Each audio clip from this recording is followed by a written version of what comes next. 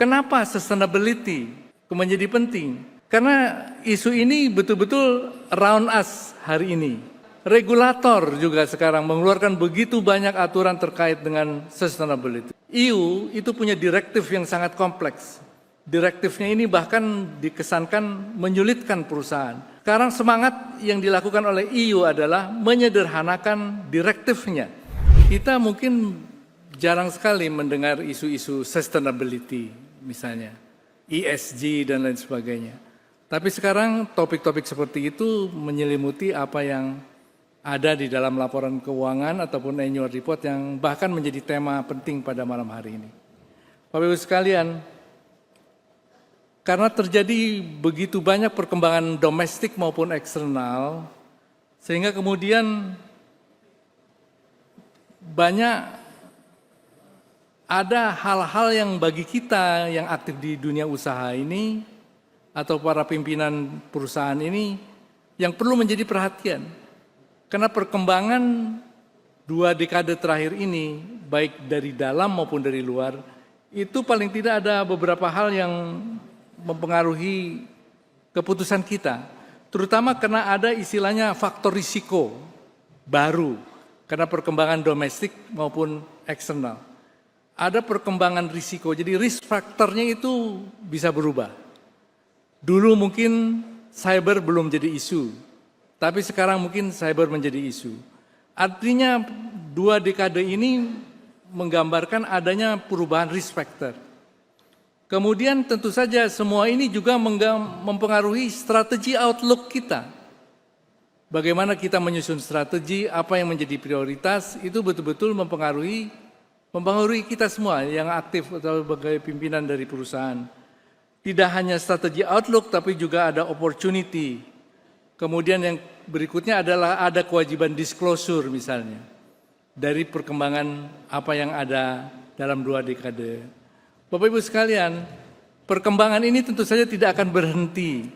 Sehingga annual report ini menurut saya nantinya akan jauh lebih dinamis, karena semakin banyak faktor-faktor baik yang originally coming from within, situasi domestik, maupun dia datang dari isu geopolitical, isu supply chain, isu rantai pasok yang terganggu dan lain sebagainya. Semua ini tentu saja akan menggambarkan risk factor yang sangat mempengaruhi.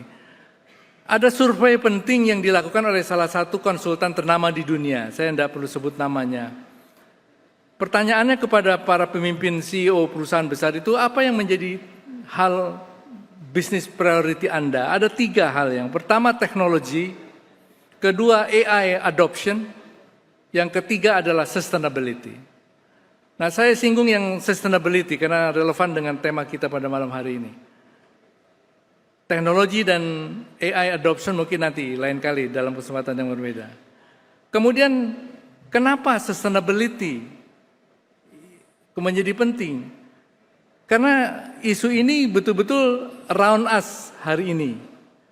Pertama karena memang investor memerlukan itu. Karena banyak major investor sekarang menjadikan sustainability itu part of their strategy. Sehingga bagi kita tentu saja yang memimpin perusahaan, sustainability mesti ada di dalamnya, di dalam items yang harus menjadi perhatian kita. Jadi investor memang memerlukan itu, yang pertama. Kenapa sustainability? Yang kedua karena regulator juga sekarang mengeluarkan begitu banyak aturan terkait dengan sustainability report, kemudian bagaimana agar tidak terjadi greenwashing dan lain sebagainya. Artinya ada tekanan, ada keperluan dari regulator yang memang kita harus comply ataupun mengikuti isu sustainability. Jadi investor menekankan itu penting, regulator juga menekankan itu penting, dan stakeholders yang terakhir, karyawan kita, customer kita, vendor kita, dan lain sebagainya, menekankan pentingnya sustainability. Oleh karena itu tentu saja Bapak Ibu sekalian, sebagai pimpinan perusahaan, isu sustainability itu bukan lagi isu peripheral, bukannya isu di pinggir, tapi isu menjadi bagian penting di dalam strategi perusahaan. Jadi tema pada malam hari ini saya kira relevan betul, bagaimana integrity, bagaimana credibility itu menjadi fondasi yang kuat di dalam membangun sustainability ke depan nantinya. Bapak Ibu sekalian, data saya kira mengkonfirm bahwa sustainability report atau sustainability sekarang menjadi the new normal atau istilahnya standard practices yang dilakukan oleh perusahaan-perusahaan besar di belahan dunia dimanapun. Ada sedikit data sedikit sini. 91% perusahaan Eropa sudah comply terhadap isu sustainability. 94% di Asia Pasifik juga sudah menjadikan sustainability sebagai pilihan priority utama. Dan di North America, terutama di Amerika, 93% sudah menjadikan isu sustainability itu menjadi perhatian utama di dalam setiap kebijakan perusahaan. Sehingga Bapak Ibu sekalian, kalau ditanya sekarang kita, kalau begitu tren ke depan itu seperti apa yang perlu kita antisipasi, agar kemudian kita sebagai pemimpin perusahaan tidak begitu asing terhadap perkembangan, terutama yang terkait dengan sustainability, ESG, dan sebagainya. Ada semacam tren yang menurut saya perlu kita waspadai ataupun perlu kita tandai. Dan saya kira tren ini mau tidak mau menjadi perhatian kita atau perlu menjadi perhatian kita. Yang pertama, akan terus terjadi refinement of rules. Perbaikan, penyempurnaan aturan, terutama dari pemerintah maupun dari regulator. Ini akan terus dilakukan. EU itu punya direktif yang sangat kompleks. Direktifnya ini bahkan dikesankan menyulitkan perusahaan. Sekarang semangat yang dilakukan oleh EU adalah menyederhanakan direktifnya agar kemudian bisa menjadi mudah dilakukan atau di-comply oleh banyak perusahaan. Sehingga kita akan terus melihat apa yang disebut refinement of rules. Perbaikan, penyempurnaan dari peraturan dari yang tadinya kompleks menjadi sederhana. Yang tadinya kompleks menjadi lebih simpel dan lain sebagainya. Sehingga kemudian isu mengenai sustainability ini bukan sesuatu yang menakutkan dan membuat administratively kompleks. Dan mudah-mudahan ini menjadi acuan juga bagi regulator yang ada di Indonesia. Bahwa jangan membuat something yang terlalu kompleks sehingga susah dilakukan. Dan buatlah menjadi lebih sederhana, lebih simpel dan lain sebagainya. Tapi ini menjadi kecenderungan global yang akan terus terjadi. Refinement of rules. Yang kedua itu akan terus terjadi apa yang kemudian disebut greater scrutiny. Jadi akan menjadi kita ini, pemimpin perusahaan atau perusahaan kita, baik melalui laporan keuangan kita maupun laporan-laporan lain, terus discrutinize kita. Terutama terkait dengan sejauh mana kita menekuni ataupun comply dengan prinsip-prinsip sustainability atau ESG. Scrutiny ini akan terus berlanjut, terutama dari pihak-pihak yang berkepentingan, apakah itu investor, apakah itu customer, dan lain sebagainya.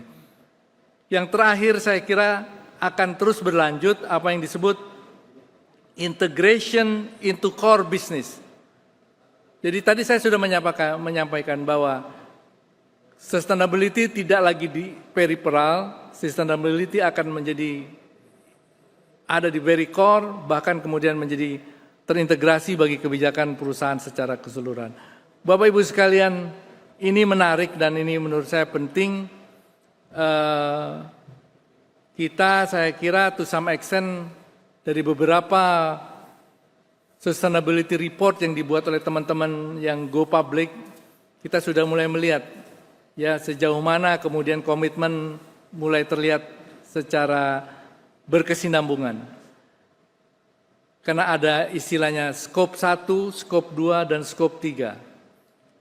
Kita scope 1 dan scope 2 lebih banyak mengatur diri kita, kemudian scope 3 kita mengatur pihak eksternal. Dan saya kira itu buat bapak-bapak dan ibu-ibu yang sudah aware dengan isu-isu sustainability ini, isu-isu ini kemudian menjadi familiar mestinya. Bapak Ibu sekalian, terakhir mungkin yang ingin saya sampaikan, belum lama bulan lalu saya kira di Brazil ada COP30 dan baru selesai. Banyak pihak mengatakan COP30 ini tidak terlalu banyak menjanjikan, bahkan banyak kekecewaan. Tapi menurut saya ada beberapa komitmen yang bisa kita catat yang nantinya akan mempengaruhi kita di Indonesia terutama. Karena terlanjur kita sudah punya NDC yang quite progresif, sehingga dengan demikian menurut saya kita harus menyiapkan diri. Tapi walaupun bagaimana, COP30 di Brazil kemarin itu menurut saya penting karena kemudian Global Implementation Accelerator itu kemudian menjadi real dan nyata.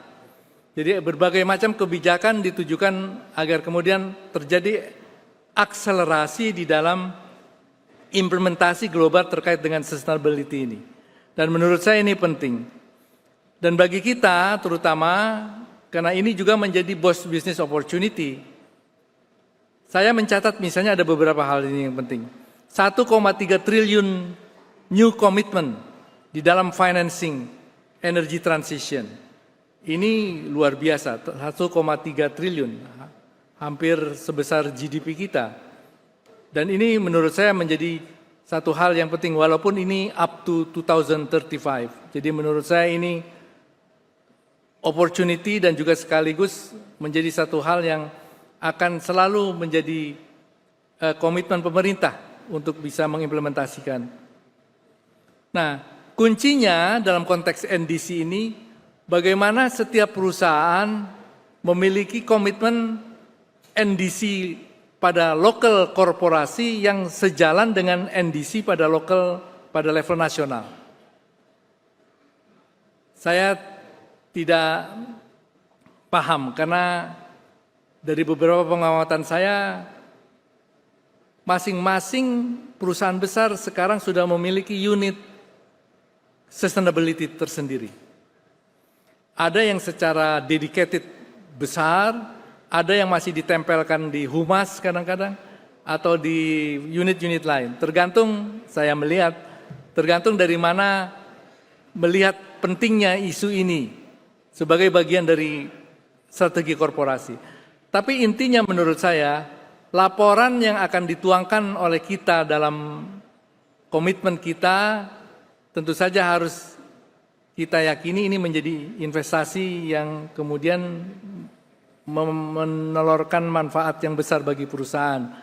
Sebagai komitmen kita untuk kita apa istilahnya, take benefit from our commitment to comply with the principle ini.